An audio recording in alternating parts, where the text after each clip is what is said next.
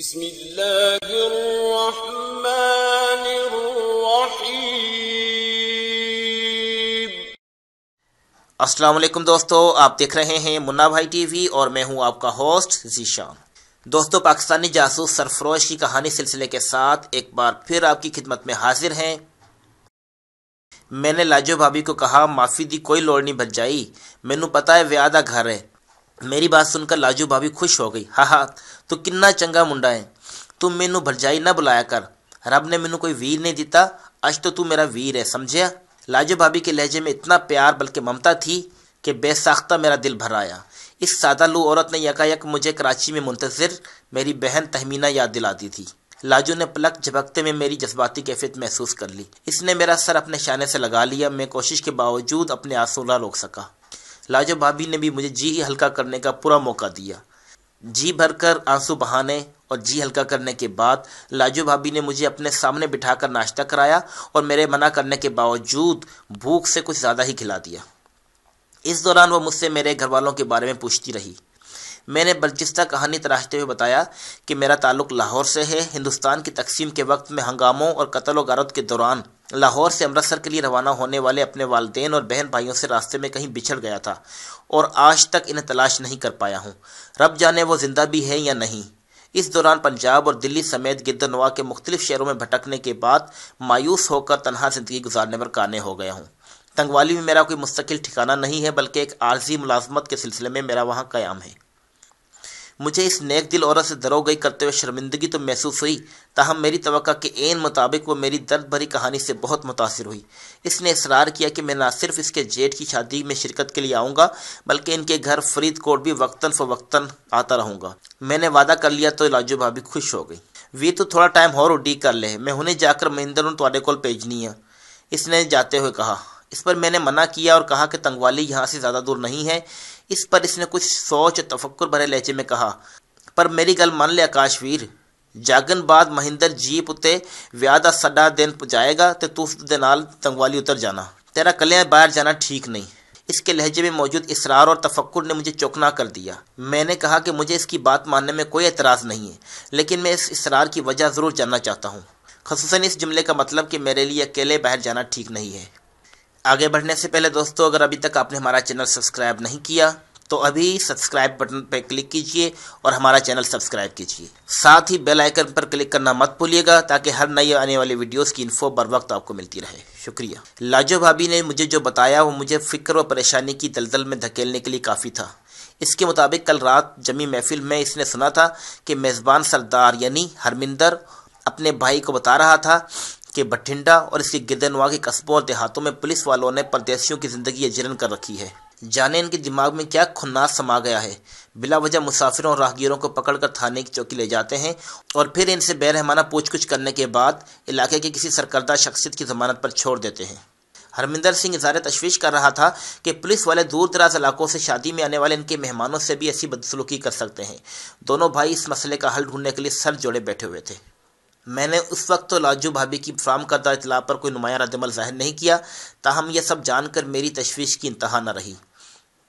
اس کے جانے کے بعد میں نے خدا کا لاکھ شکر ادا کیا کہ خدا نے لاجو بھابی کو بھیج کر مجھے مصیبت میں پھنسنے بلکہ سیدھا موت کے منہ میں جانے سے بچا لیا تھا۔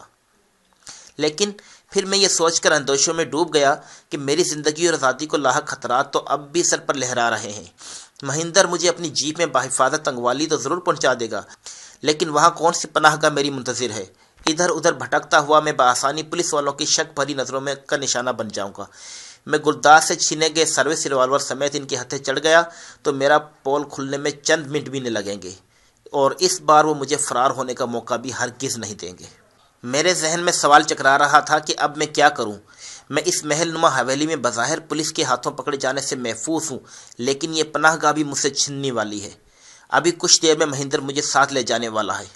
پھر میں ایک نتیجے پر پہنچ گیا، میں فی الحال اس حویلی سے باہر نکلنے کا متحمل نہیں ہو سکتا۔ کوئی بھی بہانہ کر کے مجھے ہر قیمت پر یہاں رکنا ہے۔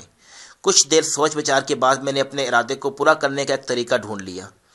میں نے سب سے پہلے اپنا بھرا ہوا ریوالور اور اضافی گولیاں غسل خانے میں بنے ایک مچان نما خلا میں چھپا دیے اور پھر کمرے کا دروازہ کھلا چھوڑ کر غسل خانے میں گیا اور پیشانی سے چوبی چوکھٹ پر اتنے زور سے ٹکر ماری کہ میرا سر زور سے چکرانے لگا۔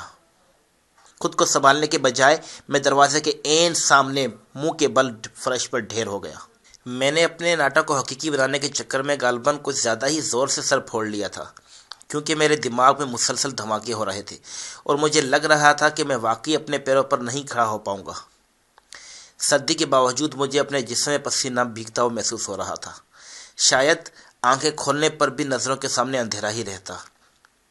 یقین سے کہنا مشکل ہے کہ میں نیم بے ہوشی کے عالم میں کتنی دیر وہاں پڑا رہا، لیکن پھر میرے کانوں نے کھٹ پٹ کی آواز سنی اور پھر کوئی تیز تیز قدموں سے میرے پاس آیا۔